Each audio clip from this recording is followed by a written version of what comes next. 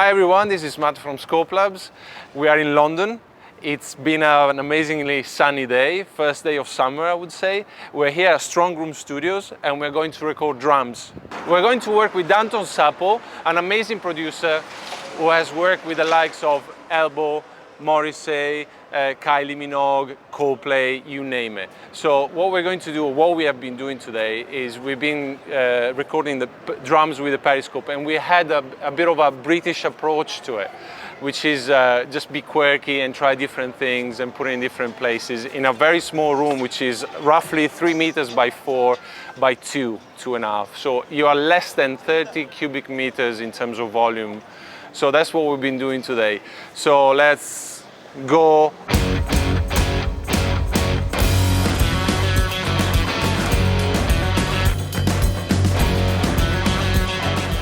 I found them. That's amazing. I was just asking where you were. Yeah, right.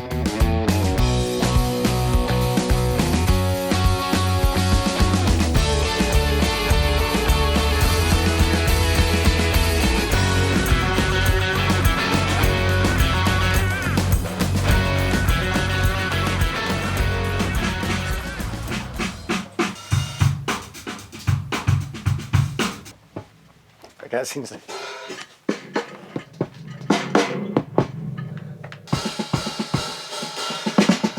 I can see the periscope on the meter. I haven't opened, I haven't opened it up yet. I feel like waiting to open that present at Christmas. I just have to try and be patient.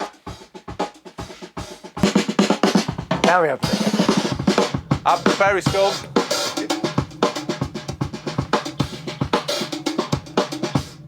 Yeah, it changes the groove straight away because of its attack release. In a good way, it was interesting. When she was playing, it was kind of...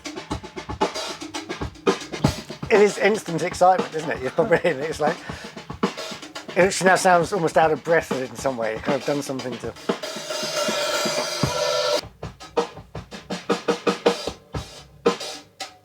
It's funny how he's reacting with the kick drum in that room. Yeah. The thing I like about that room is it's very tonal, but there's a lot of weight to it. It doesn't all just disappear into the room, it actually feels quite contained.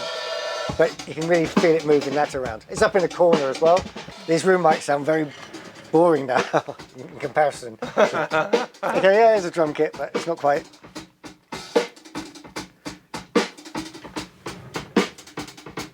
And then we bring in the... You can't help but smile, really, can you, when you hear it? I'm glad you're saying so. In fact, when I was comparing the idea of like the old Listen mics, it's still crazy. It has all the energy, but it's not as fierce as I thought it was going to be. It's actually quite smooth up there. You know, I thought it would be like, okay, wait for it. Lots of 6 or 8K that kind of gets... And it's just, but it's not. It's nice. But the thing is, it makes it sound a bit boring when you take it out. Once you put it in, it sounds great on the kit straight away. I just wouldn't mind you just playing a bit slow. I just want to hear that kind of, you know, the attack release of the compressor within it. Give us this a bit more of a sort of slower groove. I don't know what the groove is, but just bring the tempo down a bit.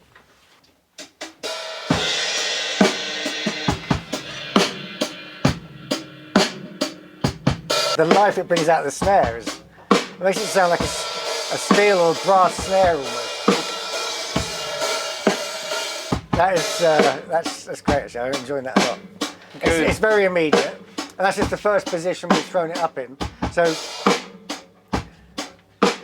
it's currently up in the corner. Yeah, actually, because my thoughts were quite often with, let's turn that left overhead down a bit. Where with these kind of mics, when I'm just driving, I just turn it to a softer, just to take the sibilance out. Or the sibilance, you know, the kind of brashness. But in fact, it was nice. So we'll go back to having it facing the room. It doesn't need calming. It's, you know, it's smooth there. It's not like... I just want to record a few more different patterns, see how it sounds with the, and then we'll try some different places. Cool. It's kind of, it's got... Did someone mention Portishead earlier? Yeah, you mentioned. But you're like into instant, that kind of over-sucking feeling. Even that groove you just play awesomely. Come on in here a sec. Okay. Because I think it's interesting for you to hear what the mic's doing, because then you can play with the part of it. Oh, awesome. It's a nice clean drum kit. Just the mic. We're not doing anything EQ wise. Everything's in the right place. It sounds like it's all phase, tight. And then we're in. Goes a less high up. It's instant fills, but also there's this kind of wave to the part. Yeah. If I could give this to you in your headphones, you'd almost feel that as you get the tempo, so it's doing that movement exactly how you want it to. Yeah. Because yeah, it's instantly rewarding because it sounds desperately polite. I mean, obviously the groove's great, but Yeah.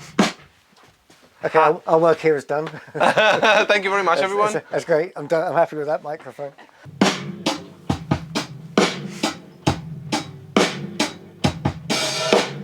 Yeah, rowdy is a good description. It's like well-behaved rowdy. Yeah, definitely.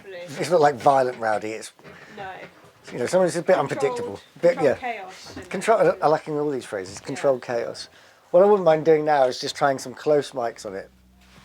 Let's grab that mic down, and let's just stick it. Let's try it in front of the snare. Maybe if we come around this side, and I'll lean in and put it, just to see how filthy we can make it sound.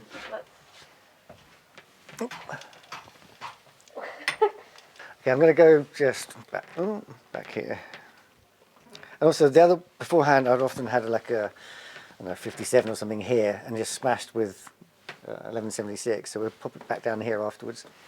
If we can try a bit there. Yeah, of course. And then whatever groove you fancy, you can see how it behaves. So try maybe a couple of different tempos. Okay, yeah. But within whatever tempos you like playing against different grooves. Okay, yeah.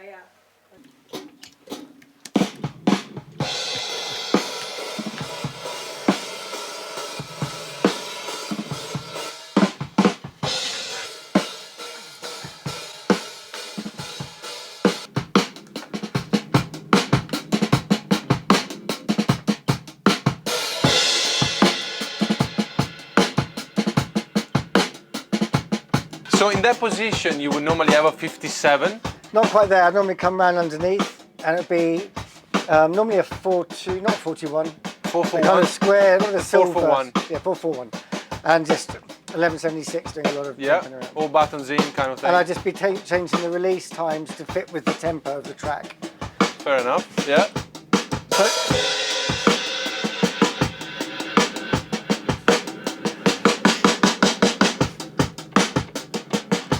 it's just punchy, it's really. Okay, I want to try it different places now. I've heard that. That's all good. It just sounds good wherever I put it. Yeah. So it just adds excitement straight away. I must admit, it would make me lazy with the rest of the kit because I kind of just go, I wouldn't have spent as much time maybe working on the other mics. You put this up and it kind of goes, that's vibey. Right, let's stick it down. Let's look across here at what's going on. See if it holds. So another position. Just play some of your lovely grooves.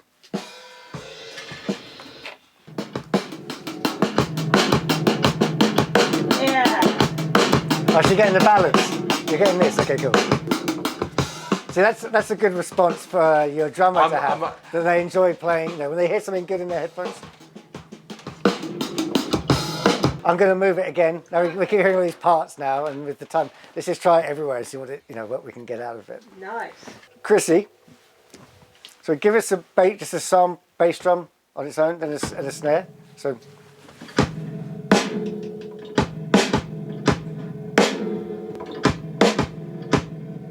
And then with the hats now.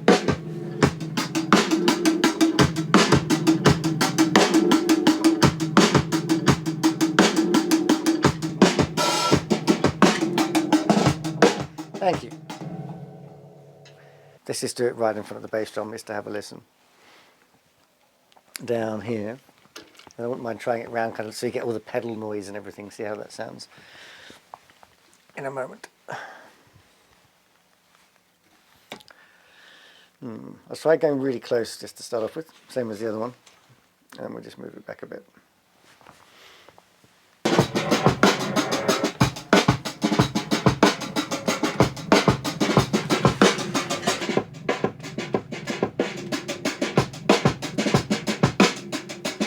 So within the picture, on its own, I've only soloed it once or twice, but it works really well when it's getting the transient from the actual bass drum mic, but with all the energy of that mic, and the same with the snare.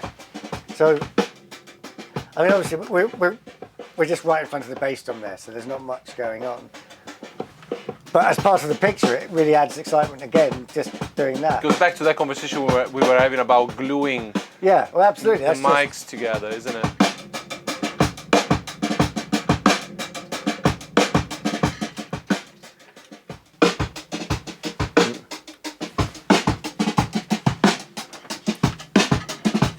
But it sounds nice and middly. It's not too much this, not too much that. It's just a balanced kit sound.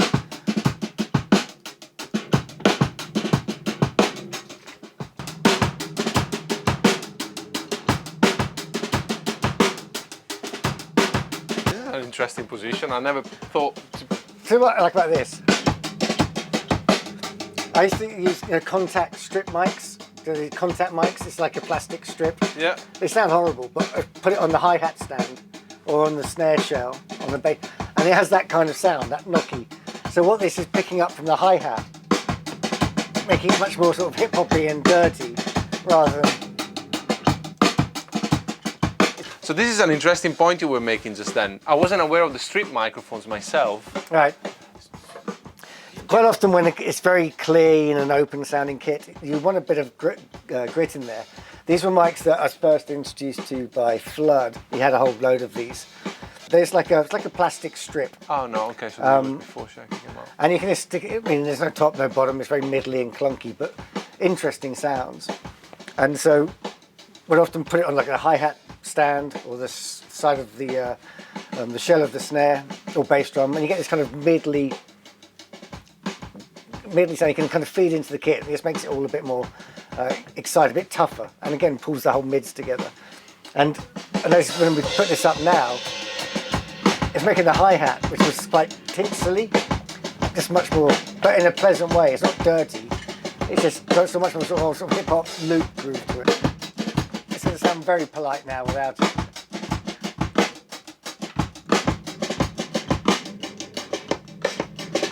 So we're pinning out the front of it, obviously being that close. But it doesn't matter once you get everything else in.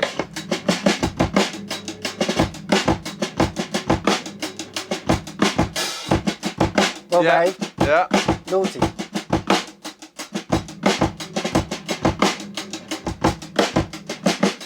So there was another comment you made that I found very interesting, which is the phase. You said it's forgiving with the phase, is it? Oh, did you hear me say that out there? When I'm flipping it, it's not obvious. Sometimes it might be sitting back a bit, but most mics when you're doing phase checks for the kit, it's clearly that or yes or no. It's like, all it does is change the bit I like. So it goes, okay, it's giving us a bit more of this, but I kind of missed that. So you're kind of choosing your sound with the phase rather than right or wrong. Yeah, maybe that's where it's a different color palette. Yeah, it's a different color. It's not right or wrong. It's kind of, so it seems quite forgiving. That's what I mean about just trying stuff. As I said, we're not doing any EQ to this kit. Afterwards, you could play around for hours again, but it just, why? It sounds good already. And when you don't know what you're going to add to it, how do you know where to push it from here? I mean, just get a good starting point.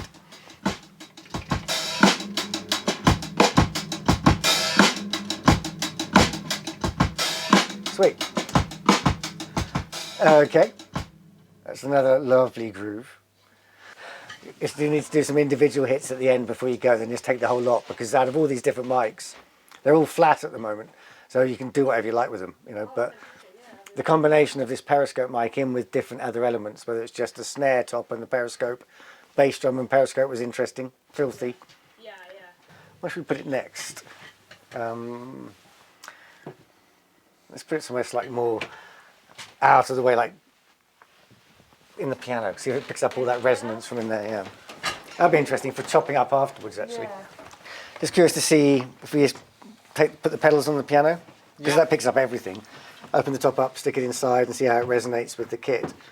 So might- pedals open, so engage Yeah, so pedals, it's just, so so the that sustain it is can open. sustain. And it will just resonate from the natural pickup of the room.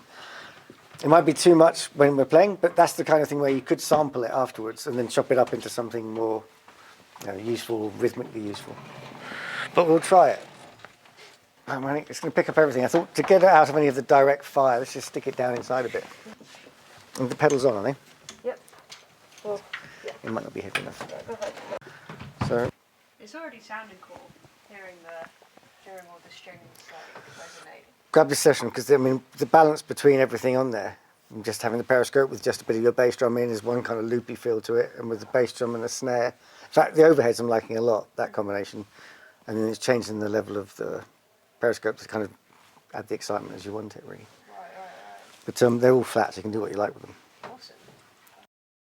So I mean, the approach that we've seen, because we've done most of the sessions in Helsinki, and it's the metal scene is very strong there. So engineers have got their own approach to multi-mic in the kit. British people have got a completely different approach in recording drums, and quirky, it's the word that comes to mind. So I'm really glad you're actually Absolutely. trying. I mean, I've been there. I had a very set way for many years of working, so all the mics were really specific, and it sounded like the drum kit, but with more energized.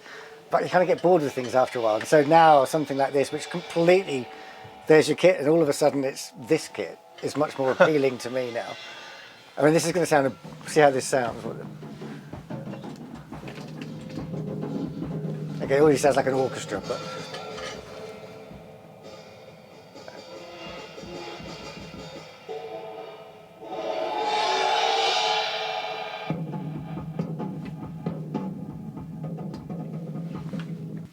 It's going on forever. Could you give us a bass drum, a really firm one, just to, well, I did it anyway.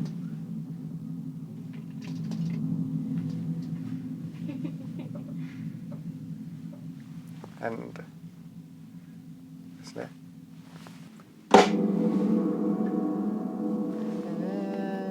So again, That's really quite cool.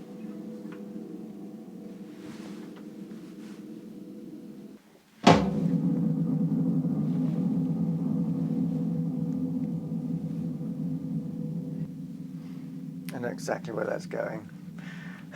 So I'm doing it at the moment with a friend, and it's all about sort of ambient soundtracks, but a bit dark. And there you go, it's done. It's the kind of chord where you have to raise an eyebrow when you play it. So do you do much sound design yourself? I came into it by accident. I said I'd do some sound, and a friend was part of a documentary, and I enjoyed it. It's a very different discipline to working as a producer, and it's fun trying to create something that fits the movie. And we've just done a piece for an art installation, which is a video. It's basically all about the travel of Syrian refugees, and so it's about the boat part of that. But trying to make up certain sounds. The reason I smiled is because that was instantly a haunting, strange chord, just from how that's picking up everything from the snare driving that piano. So I can imagine for sound design, you'd have a lot of fun. When she was doing with the cymbals, I was trying to get that to do something. But if you were to be kind of droning or bowing a cymbal with that at a distance, it would bring out much more than just putting a normal mic on it, I'm sure. Because you can hear the characteristics it brought out. It's interesting that you're picking up on this, because that's the other thing we're trying to get people to understand. There's a lot of scope in the periscope in terms of sound palette, the color palette, because all you have to do is just be a bit creative and just shove it somewhere and just try it. Yeah, that's what we've been doing, exactly that. And There's I been no really thing- like it. We haven't thought about this beforehand. It's like, chuck it there, see what it does, take it from there, not going there with any preconceptions as to what it was going to do, which is why it's exciting. It's like unwrapping a present every time you put it somewhere. It's like, well, what's this one? So now you're putting it on the floor. Almost, but just a bit up. It's kind of way below the kind of vision of the cymbals from here and upwards. And we'll see what it sounds like. Ready for anything you fancy playing, Chrissy? And then...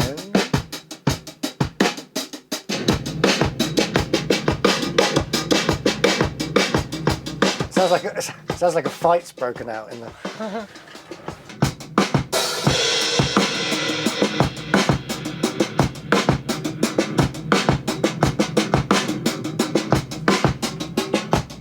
It's like it's being keyed really heavily to something. It feels like it's kind of just got hold of you, you know. Toms sound amazing. Chrissy? Oh, why did I stop it? Sorry, why did I stop it? Can we have where you're doing the hi-hat groove you were doing, and then rather than any cymbal smashes, you do some tom fills, because the toms were sounding ridiculous. So, yeah. So, but within your pattern. So just that groove, which was lovely, and then some bigger than normal maybe tom fills. Just do your thing, whatever. But they sounded huge.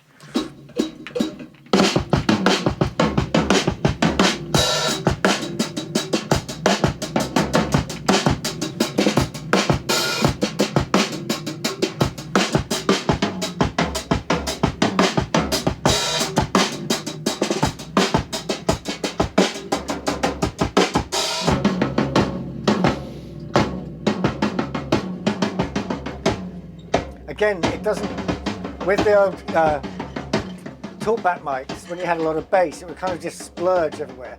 Whereas this kind of like holds it in like a big tight, do you understand what I mean? It kind of doesn't just get out, it kind of feels contained. It's definitely tight on the bass. And one of the reasons why I understand exactly what you're saying is because we use this on upright bass for jazz, and it is really tight. So obviously jazz is based on upright bass rather than kick drum. So it works really well on that section of the frequencies. So the compressor is just across the board, it's not a multi-band anyway. No. Okay. And does it have like a key frequency for the main driving point? No, It's whatever literally comes, just so that's why, depending on where you put it, the compressor behaves differently. Yeah, it really does. That's why they're going down now where, I mean, it's obviously doing a lot of work, but it doesn't sound as crazy as when the top end was driving it when I had it up on the ceiling. Again, if you take it out, all that note just disappears. They're back in there. But also just where it gets a little messier back here, but when here it's still very contained. I was just saying I like the sound when she was tapping. So before we moved it, I just wanted her to play a bit with just the metal work. Yeah. Because if I take it out, and it's the tonality, the notes, little high pings. It's like it's like playing a little xylophone or something, almost. You can hear the parts.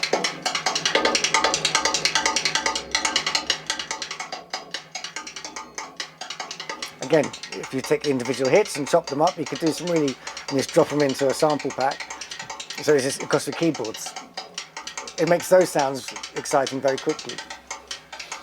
Is this what you tend to do when you work with a band or in general? Do you take snapshots of things and then rework them? So a lot of the time it will be sample hits when we've finished the recording, just in case I need any edits.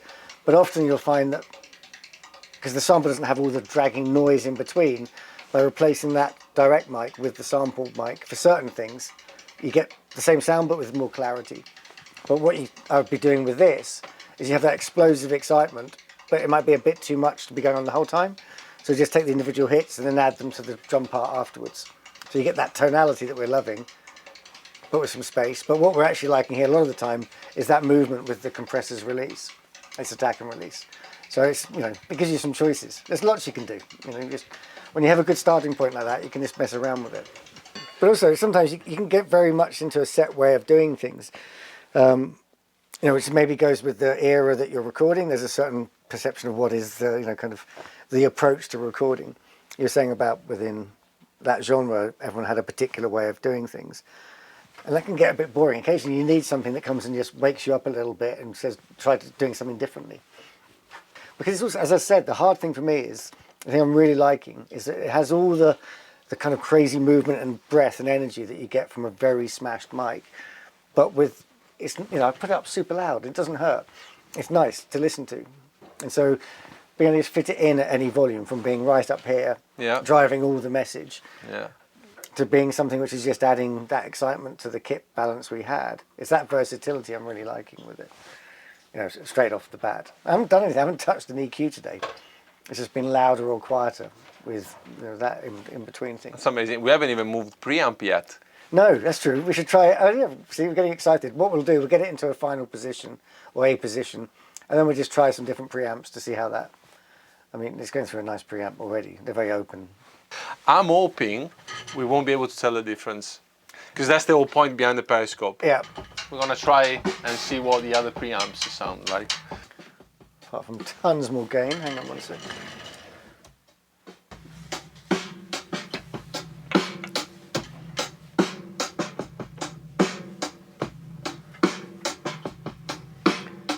Thank you very much. Just one moment.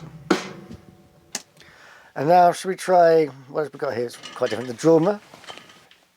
You know, if you have an external phantom power box, you can plug it straight into the LA2A.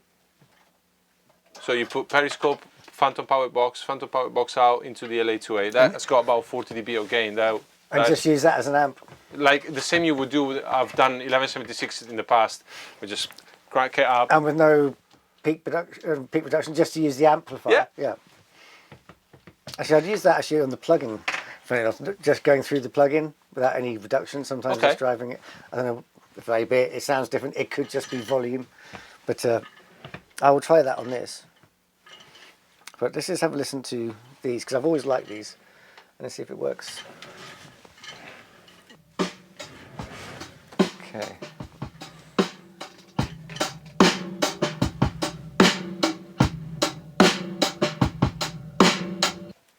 They are very similar. I would actually say that True is a bit brighter than the other two, but it's just a brighter version of the same thing. If you know what I mean, doesn't like it's driving it in a different way. Where haven't we tried yet? Let's. Oh, Another room, if you want to leave the door open and see if it works let's pop different. it down the corridor, shall we? Yeah. I wonder what the sound of me eating crisps on the periscope is like. I'm really hoping the sound designer people will pick it up, because it's. I think it's a great creative tool and super simple to use. That's the thing.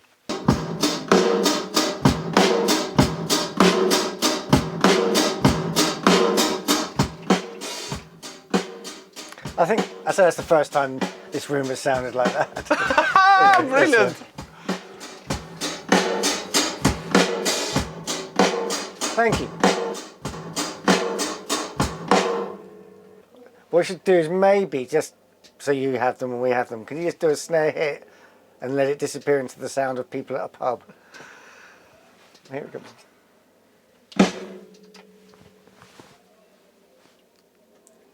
Yeah, it's literally picking up Shoreditch now. Yeah. I mean, knowing that little corridor and how many times I've tried to get a bit of extra ambience, and it doesn't really sound that much different. That actually sounds like we put it in a completely different room. There was a stairwell at Psalm Studios next to the main room, which is still quite a big room, but it sounds more like that huge 3-story stairwell than my little corridor out there, which is dead. So that's really a huge change for what it lets you do with this room. You know, that's more of a sort of different effect, but just that kind of filthy. It sounds like you've got a proper space there, and it's that. So how big is that room, roughly? 3 by 4 maybe. Meters. Yeah, So that's 12 square meters. probably And a bit what's less the than that. height? Maybe 2 meters. The corridor isn't. You wouldn't describe it as reflective. It's got carpets and canvas walls on one side. So I was surprised that we had that level of Yeah. Reflection. rock, sort of rock, dirty ambience. But again, smooth. You know.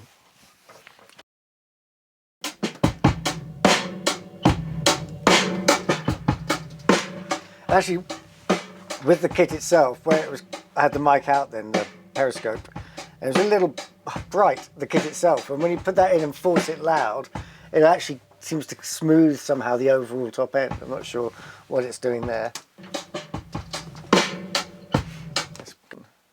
The one in the corridor sounded great when you were outside.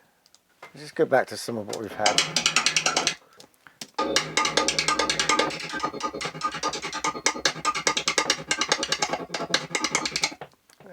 There's the...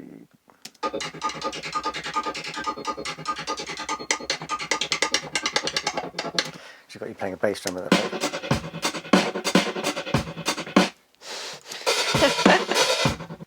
Definitely, I like it. It does an interesting thing when you're playing very fast grooves, but when you slow it down, it really has a chance to do what it wants to do, the mic. Yeah, yeah.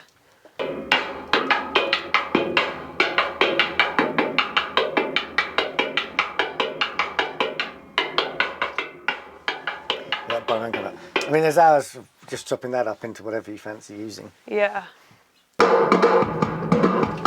Okay, if you say to everyone, guess where in Strong Room that is, Yeah. you won't have a... Courtyard. Yeah, yeah. You wouldn't Courtyard, say exactly. down the corridor, would you? Like, Especially that corridor.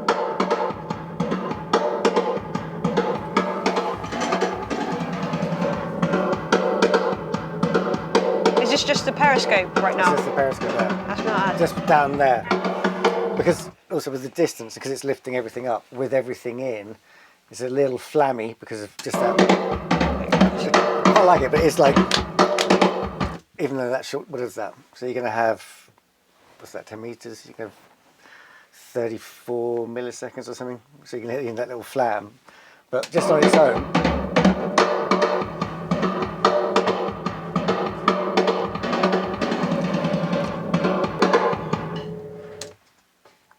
thank you very much. Yeah, sick. So we were talking about recording vocals with this. Vocals, I mean, you were saying about using it as the direct, as the actual, as a vocal mic. Yeah. But when I've recorded vocals in interesting spaces where I've recorded the ambience, and you normally have to kind of try and drive it afterwards to make it work, but it is an interesting space. But what that naturally does, of literally pulling everything up but not being aggressive, to use just back in the back of a room as a natural vocal ambience. Because when we were in the corridor, I mean, it sounded huge. I mean, you might, if it does the same effect on a vocal in a reasonable room, I mean, it might end up sounding like a reverb. So I'd be really interested to try it like that. Also for, quite often I might record a whispering track behind a lead. I say quite often, on occasion. When and you see, you can't really hear it, but when you're listening on headphones, there's this like something which makes it a little bit more interesting. But that would be interesting for that, because it would bring up every nuance of the vocal, the spoken vocal, and then, but also without becoming fierce. I really expected it to be a lot more fierce rather than energetic, because you can get that compression quite easily with playing around, but it tends to then be like aggressive, and it doesn't have that aggression, which I really like about it. So the smooth top end. Yeah, I mean, it's doing all the things which you might perceive as aggressive, but it's just not fierce in that way. So in terms of frequencies, would you say that there's not as much 6, 8K, 4 to 8K maybe? Possibly, I have no idea what the actual natural okay. colour of it is, but yes, but it's not doing that exactly. Okay, so it feels like you have scooped de-essing- it out. That's why part of me was asking whether there was a multi-band compressor in there. I know, how would you do that in that device? But that's kind of what it sounds like, because we're getting plenty of bottom end, but it was pulling those areas out. So it does has this, almost a sense of it being a multi-band compressor in there, but I know it's not. Yeah, yeah.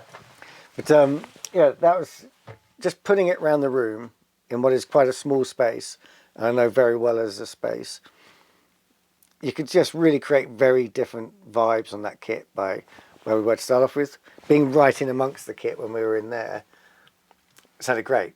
All the little nuances you were hearing within it. But also how, when you give plenty of that to Chrissy, the drummer, how she responded to it and then changed what she was playing. It's always great when you can drive the way someone's performing by delivering them a certain sound. Makes it more interesting.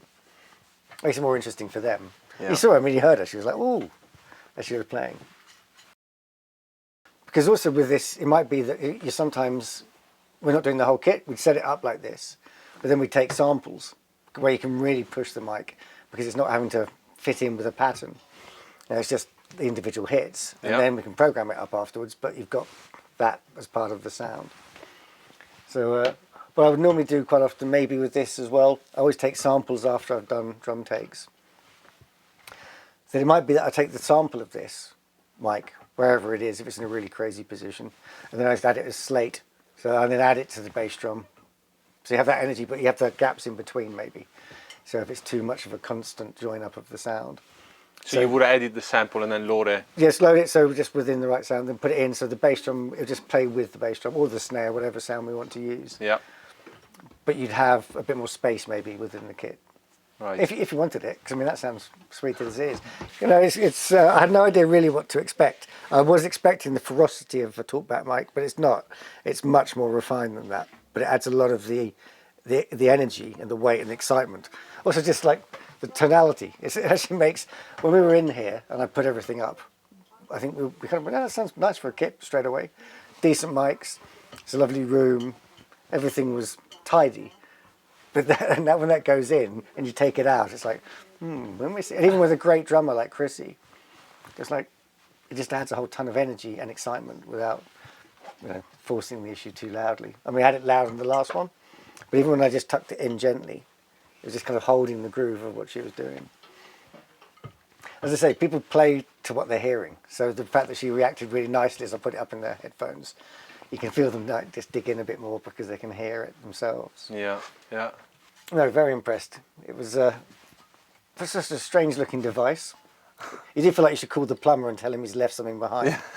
But we tend to get a lot of jokes on social media with that, and we just laugh at it because it's a bit, obviously, apart from the sound. That wasn't derogatory at all. It's a very interesting looking mic.